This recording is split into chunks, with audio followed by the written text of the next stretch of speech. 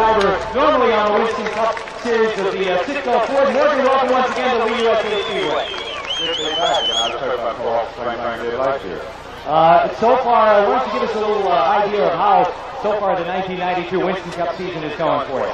Well, it started out excellent at Daytona, and we've had some pretty good runs, and there's been some tracks that we've had to do some work on the chassis and the engine combinations, but now we're starting to put together if I just quit spinning out. Well, listen, you had some hot laps in that 02 tonight. What do you think of that car? I think it's going to be running good. Dave and, let's see, who else is in front of me? Kenny, they better look out. All right, the driver of the number 21 Texaco Ford, ladies and gentlemen, Morgan Shepherd.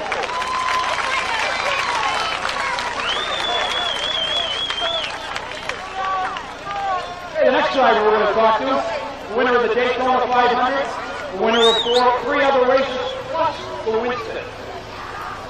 Current points leader, Davey Allison. Welcome to the USA Speedway, Dave. Thanks. Great to be up here. Great to have you up here. Dave, you've had a kind of a funny season. You've led the points from the start, but you've also hurt Body a couple of times. Yeah, we worked Body over pretty good. We've lost 3 of our best race cars, and the guys at the shop have done a great job of replacing them with fantastic cars. You know, they're probably 2 of the best cars that we've ever had. And we won at Michigan with one of them. It was the second race on that car, and we've got another one ready for Pocono this coming weekend. We think we'll be ready with it too. Well, Robert Yates is sure giving you the power to go out there and do the job against the Chevrolets. Ford's got to be awfully proud of you. Havoline certainly picked a good team. We wish you luck this weekend. Certainly would like to see you set that record of winning the point, starting the point season off with the lead and ending with the championship. It's never been done, and you've got a shot at doing it. Well, we've got a good shot at it. Our team's working together real good right now. We've had some good luck. We've had a little bit of bad luck along the way, but the wins always overshadow the bad luck. And we're just going to keep working as hard as we can to try to win this championship this year. On behalf of the management of the USA Speedway and all the fans, we wish you luck for the rest of the year and this weekend at NHIS. Thank you. Next up for the Top Dog Invitational, this man has won 7 pole positions to date with wins at the Atlanta Motor Speedway, the Champion Spark Plug 300 in Charlotte. Currently 5th in the points, 135 points out of first place with 2 wins, 6 top 5, 9 top 10s, and will drive a Winston Cup car in the Hendrick stable in 1993. Currently the driver of the Baby Ruth Ford, ladies and gentlemen, Jeff Gordon. Jeff, welcome back to Lee USA Speedway. I tell you, it's really good to be back here. Last time I was here, I was going a little bit faster, driving the super modified. It's really a neat experience. Had a lot of fun. That's the open wheel cars what got me where I am right now. And how do you sum up your 1992 season on the Busch circuit so far? I suppose we want to leave out last Saturday, though, right? Yeah, we don't want to talk about last weekend, but it's been a great season. I mean, what can you say? 7 poles and 2 wins. We're 5th in the points. And, you know, there's quite a few races left in the season to win the championship. But it's a great series. I'm really glad to be, you know, racing with NASCAR and Busch National. I'm looking forward to Winston Cup next year, but got this year to get through first.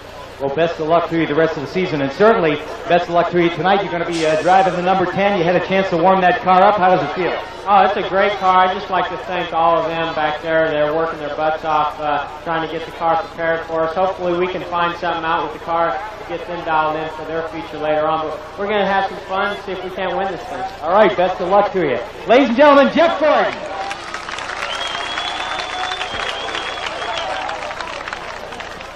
Next on the grid, back for a second year, had a heck of a good time last year, Kenny Wallace. Well, thank you. I'm happy to be here. You know, I run second here. Morgan, now he was just too dominant for us last year, but, you know, we're going to have a good time here. Gordon runs 3rd, and Davey Allison is 4th. Shepherd looks to the inside and no going out of turn 2 as they race into the 3rd turn. Wallace takes a bump from Shepherd. Shepherd gets a nose underneath. They get together on the front stretch. Kenny Wallace is in the wall. Morgan Shepherd spins into the infield and the caution flag is out. Caution flag is out. Caution flag is out as Kenny Wallace takes a shot from Morgan Shepherd in the turn, and as Wallace tried to gather it back up and hold off Shepherd at the same time coming out of the turn, Wallace gets loose, gets into the wall on the front stretch, and Shepherd spins into the infield. Caution flag is out. The number 12. Stevie Bird climbs out, and Kenny Wallace climbs in. And meanwhile, Sonny Martell and the crew on the 37, usually driven by Mike Wheaton, go to work to prepare that car for the Pro Stock feature later on.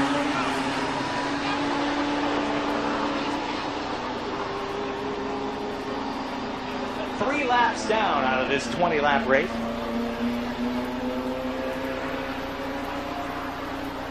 Set for the restart. Jeff Gordon on the pole, Davey Allison outside pole. And it's Ricky Craven and Dave Dion, Morgan Shepherd and Kenny Wallace set for the restart with 3 laps complete. Here they come. Green flag is out.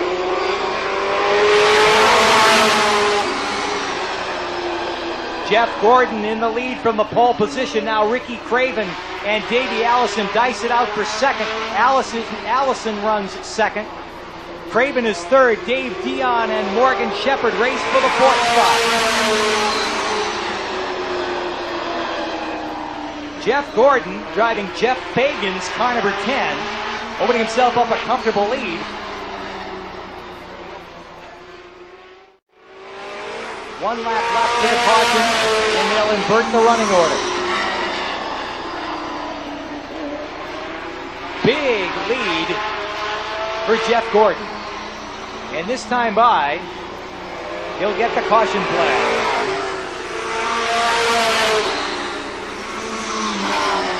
That's the first 10 laps of the 20-lap Top Dog Invitational. They'll invert the starting order.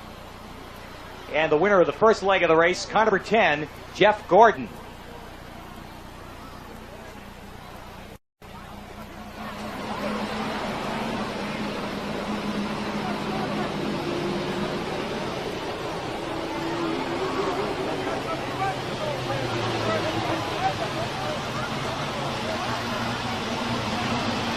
Dave Dion takes Jeff Crowley's number 61 into the infield pit area.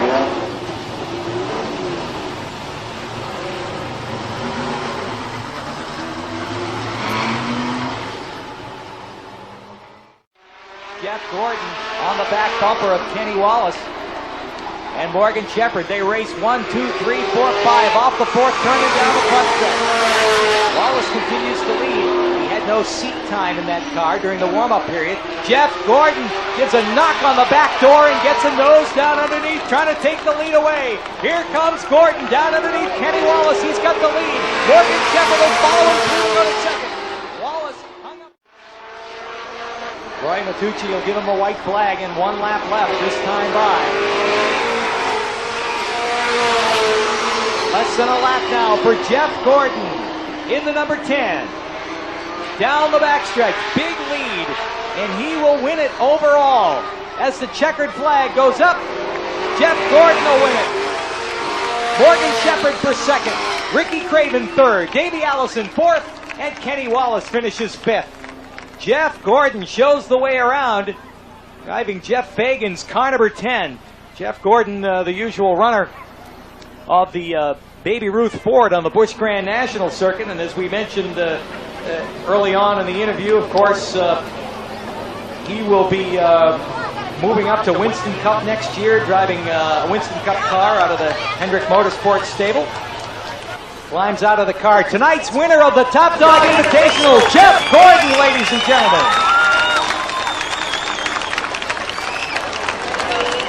Jeff is down there and he's in victory lane with Stu Lord.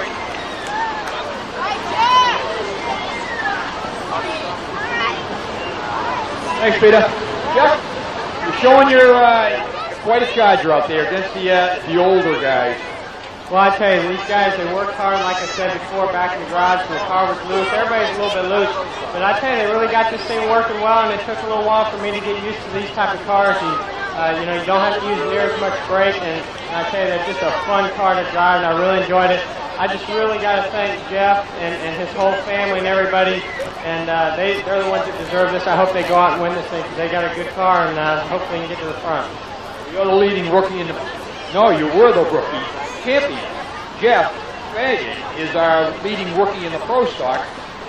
Doing a fantastic job this year. You can see by the car that you just drove the reason why. He's a heck of a driver, and you did a great job, and we're just proud. We hope to have you back here in another Top Dog. I hope I am. I tell you, I just like to thank Matco Tools. I know they put all this on. And thank all the fans out here because I tell you, it's great to get a full, jam-packed crowd like this when guys like Davey Allison, Kenny Wallace, and the rest of us guys come out here. We really enjoyed it. Really enjoyed meeting all the fans and signing the autographs and being able to drive these cars. It's a lot of fun. Thank you very much. Well, take this success with you tonight. Take it up to NHIS this weekend and have yourself a heck of a weekend. Oh, I will. I tell you, we've really got a good team right now and a strong car. And this is one of our better tracks, but I think this weekend we're going to be in pretty good shape. Thanks a lot. Thanks an awful lot, Jeff. From the management of the USA Speedway, from the fans, again, thanks very much.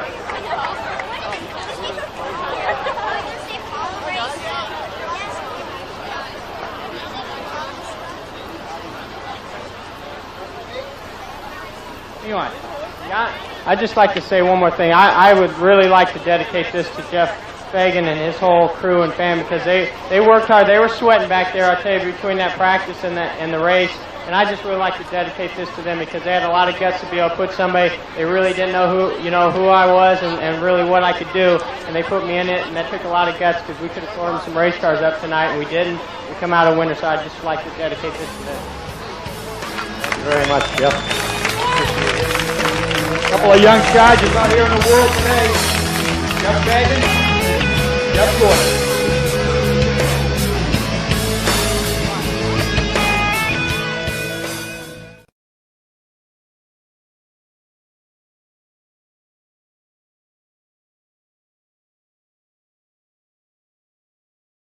Kenny Wallace started on the pole ahead of Bobby Labonte, and here's Jeff Gordon sporting a bit of a different number.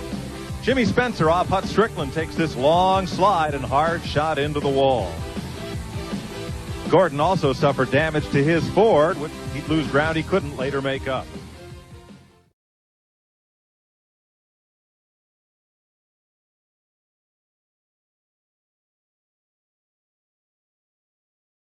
And then go right into another third of lap race. Very tough.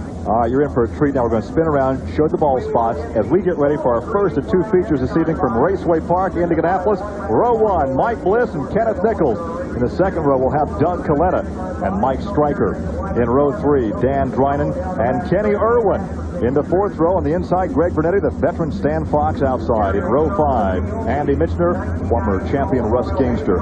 In the sixth row, Mel Kenyon, a 7-time midget champion, and Mike Mason. Row 7 on the inside, the veteran from Pennsylvania, Bob Ciccone, a youngster Rick Howerton from Indianapolis. In row 8, Jim Hettinger and Jim Mahoney. In the ninth row on the inside, Barry Reed and the veteran Johnny Parsons outside in 11B. In row 10, Robbie Ott from Texas and Gary Cameron from Tulsa. The 11th row, Aaron Truax and Tony Stewart, which will have a great camera shot for us. In the 12th row, Tice Carlson and Stevie Reeves. They have been racing out here, actually running around for a long time, and you have a chance to talk to somebody. Larry? Yeah, Kenny Irwin, are you there? Yes, I am. Are you ready? That's the question. Yeah, we're ready to go. Good luck. Well, the lights in the pace car are off. They should get to green this time. They've been circulating a number of laps out there before we went live on television. Look at our guest celebrity starter. Jeff Gordon has the green flag, a different vantage point for Jeff, and he turns them loose for 30 laps here at Indianapolis Raceway Park.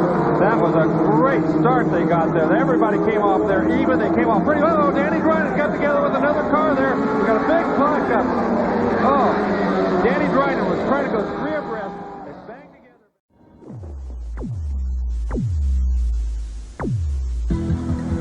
Now, we pulled this out in honor of Jeff Gordon's visit here this evening. Watch Gordon race as Bob Ciccone down the backstretch runs over his wheel. Take another look at that. Now, that's pretty neat. But if you really want an exciting view, let's climb on board and go for a ride with Jeff and see if this is enough to get Gare and Lair excited. These guys are running a really fun race right now. He's going to give him a shot. No, he can't quite make a stick. He cannot quite move up there. That's going to get the tire for him pretty quick. We're going to see if that's going to make a difference if he does that. Look, did you see? The door check hit that water that time. He got a little twirly when he hit that water up there. Mark may have it. They almost get together coming on turn 2. Look at this. Look at this. Look at this. Man, oh man. Oh, no. Oh, look at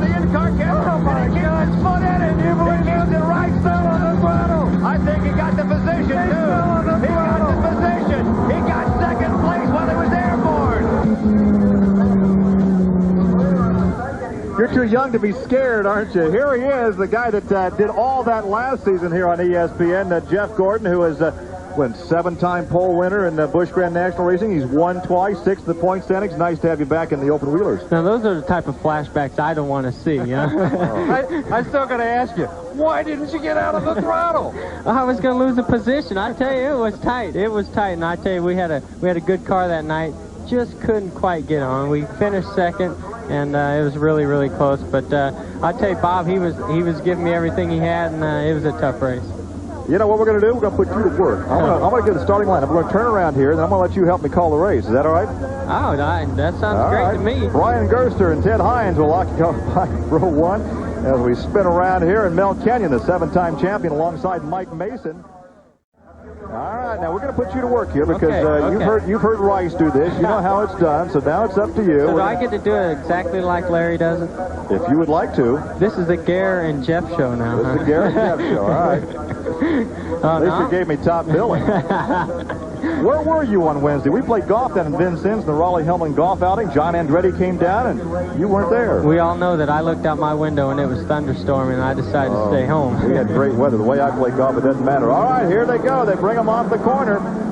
Brian Gerster brings them down for the green. Once again, this is the 3rd of 4 heat races. I lay out, you start talking. Not a great start there. I tell you what, he kind of got a big jump there, but Parsons he's really running good in that car. I tell you, he's had to do quite a bit of work, but that car's really running good for him. Johnny Parsons, of course, has taken over this ride. This is the Jimmy White built car with the Boca power plant. I got to tell you, that Brian Gerster in that 21 car is leading the race. That's a Volkswagen-powered car. He's running up there. That's Mel Kenyon going around him right now. But I think that kid's doing a great job with a race car that's obviously under horsepower. Yeah, I was watching him earlier in the day, and he looked great. That car's really going through the corners good. You can see it there how good it's going through the corner.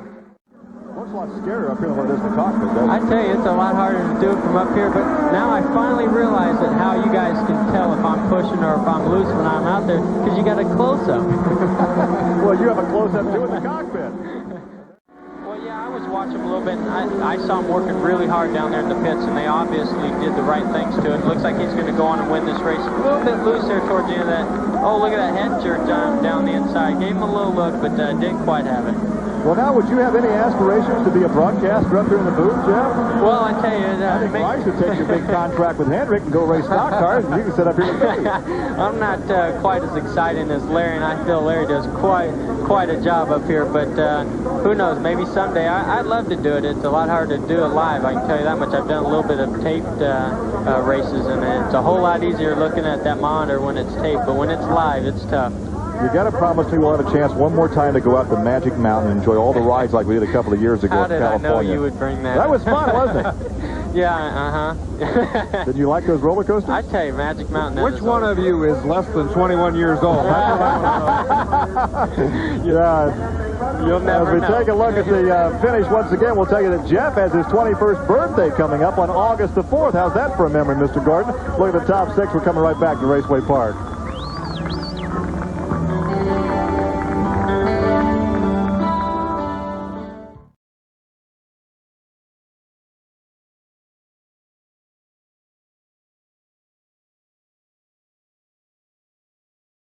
Now, as most of you race fans know, last week Davey Allison was injured at the race at Pocono.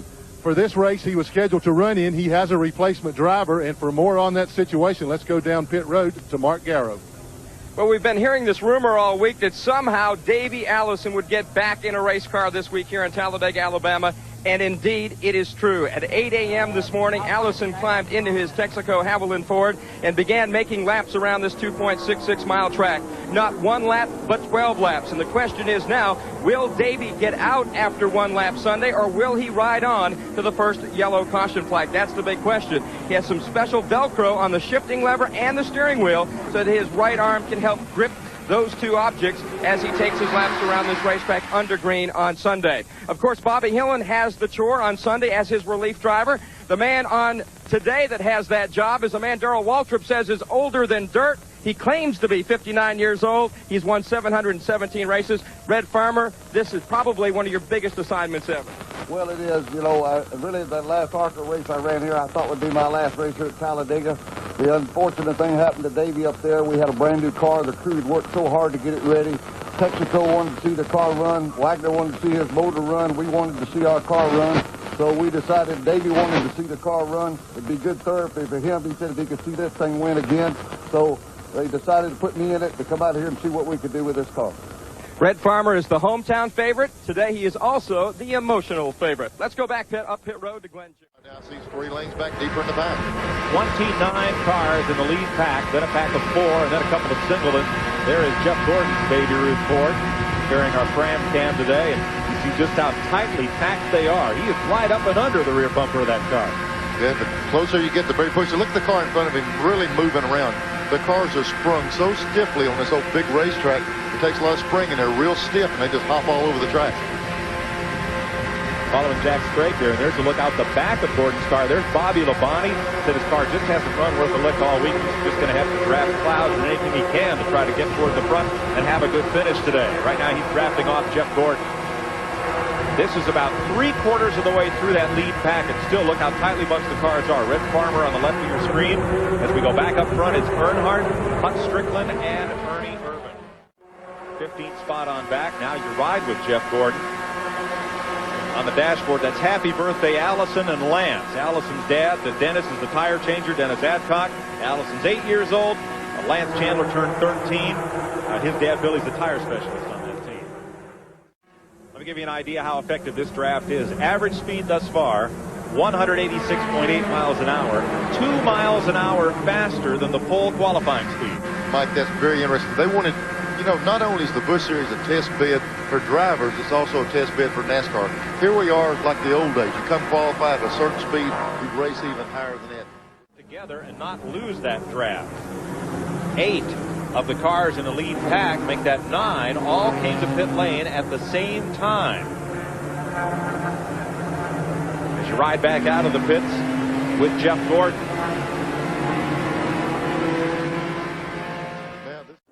As we get set to go back to green. Let's go to Glenn. Well, Mike, one guy that was awfully glad to see that caution was Busch regular Jeff Gordon. Jeff, along with Bill Elliott, had drafted their way up from like the 25th, 28th starting position up to the top 10 positions. When they came in for those green flag pit stops, Jeff came in a little hot and locked the brakes up. They had to push the car back. He lost a lot of valuable time. He lost that lead draft, but now that the caution flag has bunched everybody up again, he's going to be right in the thick of things. That number 1 Ford doesn't run very fast by itself, but man, is he tough in the draft. You ride along with him. Lined up on Mark Martin. And you're riding with Jeff Gordon. Going down back straightaway. Pointing to the right. I tell you what, there's a lot more hand signals going there, not only when you get mad, but 2 or maybe 5 laps to get the kind of run you want. And there's Jeff Gordon right in the midst of that. He's right behind Mark Martin. Mike, look at the windshield on the right side of his car. It's cracked, and I doubt seriously it was hit with anything. There's so much wind force, a lot of times they'll just crack while you're running. You see that windshield flexing there, but most of these cars have a Lexan layer behind that to protect the driver, so I don't think it'll get any worse. The difficulty would be cosmetic. Boy, there's Mark Martin's car just slewed around a bit there. Monday, Jeff Hammond was hired by Felix Sabates to run Kenny Wallace's Winston Cup team for 1993. So left the Waltrip operation. The reason being to get a fresh start on getting cars ready for next year so they can test as early as September. Now this is Jeff Gordon, and he's waving at the left side, pulling up alongside Ernie Irvan as if, take a look at the left side. I couldn't really tell what that signal was. He was certainly motioning to him, and in the mirror you could see a little bit, but I couldn't really tell what it was about. He was trying to get some point across to him. We'll update that in a moment. Right now, let's go to Glenn in the Kenny Wallace pit. Well, they're not too happy down here right now. When they came into pit, they're pitted right beside of Jeff Gordon. Jeff came in, had him blocked in a little bit. Kenny had to work the car a little bit, try to get it out. Tore the clutch out of the car as he was leaving pit road. That's why he could not get up to power. They're a little upset talking with the NASCAR officials about it, but the damage is done. So he's going around either slipping the clutch or just trying to hold on to something here. Boy, the clutch in one of these things. Let's go back behind pit wall, Glenn. Wallace, it looks like the racing gods just keep finding ways to put you out of a race. What happened? Yeah, third week in a row. Well, you know, a lot of learning to do there. There was just no way anybody could race. You know, he kept seeing Ernie try to go to the inside. I had to learn a little bit. You just had to stay up high, and you couldn't move no whatsoever. And we thought we was going to end up pretty good. We were coming in for a gas and go there. I took off to go, and Tom Peck got from me and hit the brakes, and I didn't have no brakes. I put it up in third to take off, and it wouldn't take off. We burnt the clutch up in the dirt. That was Pontiac, so we had to go on to Indianapolis. Well, better luck next week. Things got to turn around for you. Thank you.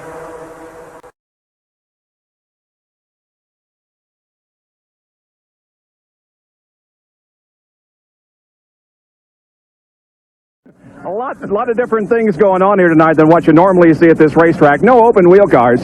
Full-bodied stock cars. They got fenders. And 3,200 pounds versus what's the midget weight? Around 800, so a lot different there, too. And about 500 horsepower versus what's the midget have? 800? No. About that. Well, the sprint car has about 800. Yeah. Who cares? Who cares? We're ready for racing. And one guy, however, that could be a common thread through this thing is Jeff Gordon. Now, he got his start in racing here at Indianapolis Raceway Park in the sprints and midgets, but now is running in the Busch Grand National Division. And doing a great job. Has won a couple of times this year, but tonight, this is home racetrack, but I think he's going to have some trouble because the front row is tough. Robert Presley, the toughest guy in Busch Grand National this year, won 3 times. Morgan Shepherd on the outside, he has won this race twice, 3 times, almost won it a couple other times. So Jeff Gordon might get another lesson tonight.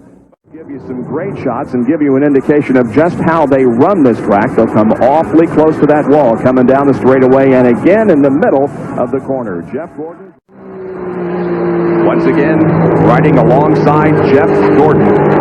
Let's see how close at Gordon. We're looking out through the rear window now at Ernie Irvin's car at the Kodak Film Chevrolet. Jeff Gordon runs in 6th, and Ernie Irvin is in 7th position. Just ahead of Jeff is Jimmy Spencer in that first aid machine.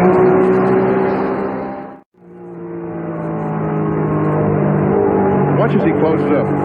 Now we're looking out of the back window of Jeff Gordon's car. Get well, Ray J.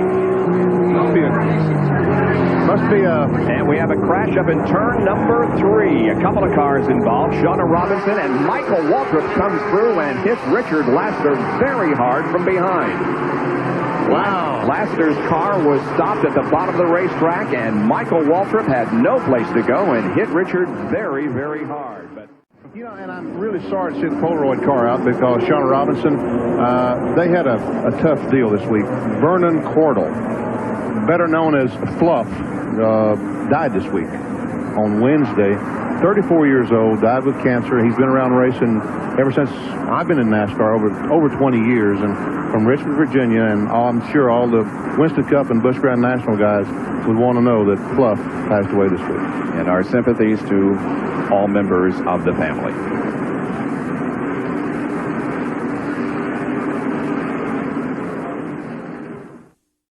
There are lots of things that go on in conjunction with this event here at Indianapolis Raceway Park. It is a big event for the city of Indianapolis. Of course, we have the 500-mile race in the U.S. Nationals here at Indianapolis Raceway Park, but a lot of other things go on besides this race, and one of them was the pit stop competition that was held here just last night. Jeff Gordon was the hometown favorite here, but his team was penalized and he was out of contention. A crewman for Kenny Wallace's team got so focused on the competition that he didn't see our cameraman Jamie Burns focusing on the action. Look out, Jamie.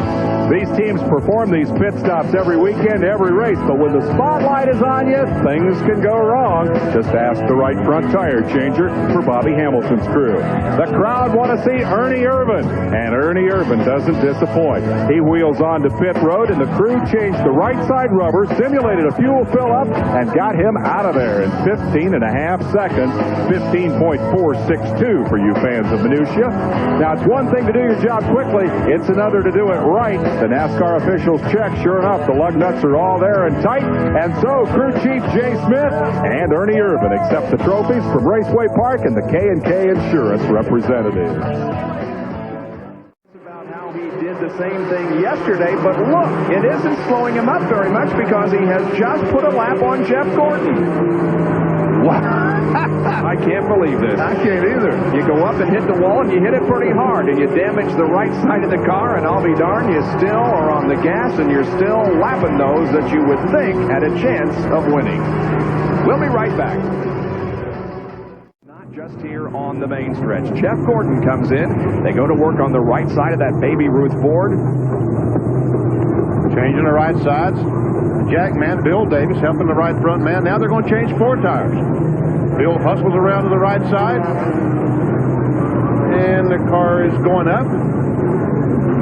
There's a lot of time to do this. 24 seconds, 25. You see a lot of cars leaving.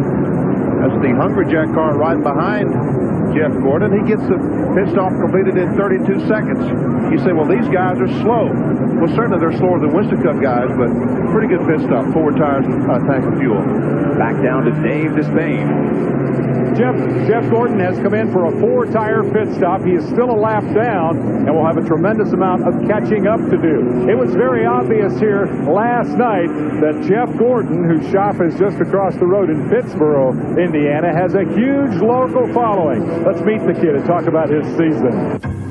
For several years, Jeff Gordon was the class of the competition here at Indianapolis Raceway Park, winning regularly and making quite a name for himself.